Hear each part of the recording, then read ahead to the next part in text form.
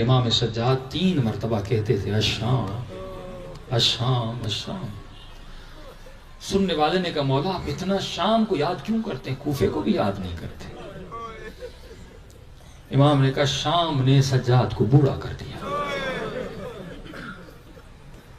شام نے میری سکینہ کو مار دیا, شام نے میری رباب کو بوڑھا کر دیا. مولا شام میں ایسا کیا تھا؟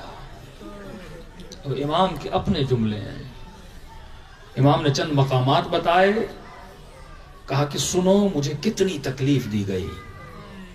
کہا میرے وجود کو غل جامے سے باندھا گیا تھا. غل کہتے ہیں زنجیر کو, جامے عربی میں کہتے ہیں ایسے باندھا جائے کہ بندھنے والا ہل بھی نہ سکے. امام نے کر کے بتایا کہ غل جامے کیسا تھا. کہا منحال, میرے ایک ہاتھ میں زنجیر باندھی اور اس ہاتھ کو کمر کے پیچھے رکھ دیا تھا, اور میرا دوسرا ہاتھ پیٹھ کے پیچھے رکھا. ان دونوں ہاتھوں کو آپس میں باندھا گیا تھا. منحال مجھے اونٹ کی اس جگہ پہ بٹھایا گیا جو اترائی کی سائڈ تھی. میری کمر کے پیچھے ہاتھوں کو باندھ کے ان زنجیروں کو اونٹ کے نیچے سے گھمایا گیا, اور پھر جا کر میری پاؤں میں زنجیر باندھ دی. پھر اس زنجیر کو گھما کے وہ جو توق تھا میری گردن میں باندھ دیا تھا. کہا جب اونٹ چلتا تھا یہ گردن کا توق کبھی آگے ہوتا تھا. منحال میری گردن سے خون بہتا تھا, لیکن اس مصیبت کو بھی میں نے برداشت کر لیا. مصیبتیں ہمارا ورثہ ہے. لیکن منحال ایک وقت آیا یہ شامی ہمیں پتھر مار رہے تھے. کہ میری زوجہ امام باقر کی والدہ ایک حیوان پہ سوار تھی. جب ظالم نے پتھر مارا یہ پتھر اس حیوان کے سر پہ لگا. اب اس حیوان نے اچھلنا شروع کیا. کہ میں تو بندھا ہوا تھا, ہل بھی نہیں سکتا تھا. جب اس نے اچھلنا شروع کیا میں اس بی بی کی پریشانی کو دیکھ کر پریشان تھا. اس کی گود میں باقر تھا, یہ پریشان تھی خود کو بچائے یا بچے کو بچائے یا اپنی چادر کو بچائے. کہ اس وقت وہ لمحہ تھا جب میں نے آواز بلند کیا ہے کاش سجاد کو سجاد کی ماں نے پیدا نہ کیا ہوتا, نہ سجاد پیدا ہوتا نہ یہ منظر دیکھتا.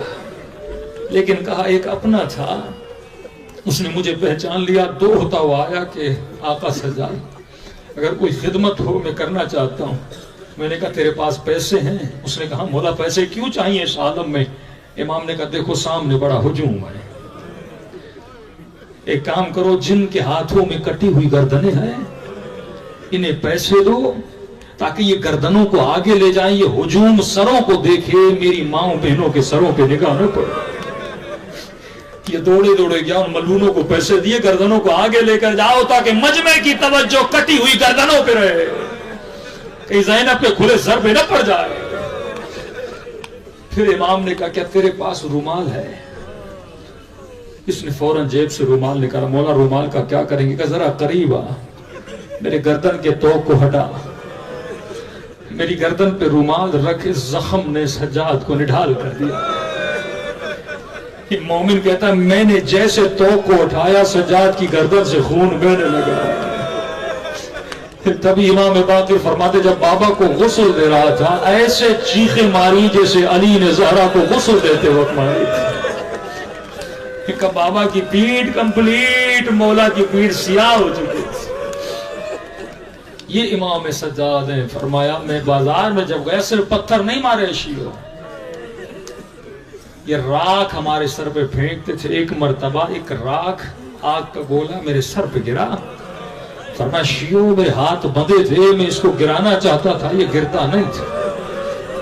وہ امامہ جو میرے بابا کا عرص تھا میرے سر پہ, میرا امامہ جل گیا. اسی لیے فرمایا کثرت سے ہمیں سلام کیا کرو اور کثرت سے ہمارے دشمنوں پہ لعنت بھیجا کرو. کہ مولا اتنی سلام کی سفارش کیوں ہے؟ کہ عاشورہ کے دن میرا بابا ترس گیا تھا, کوئی میرے بابا کو سلام کرے. جب امام نے بہت کہا نا سلام کرو تو کہنے سننے والے نے کہا مولا اتنی تاکید کیوں آئے؟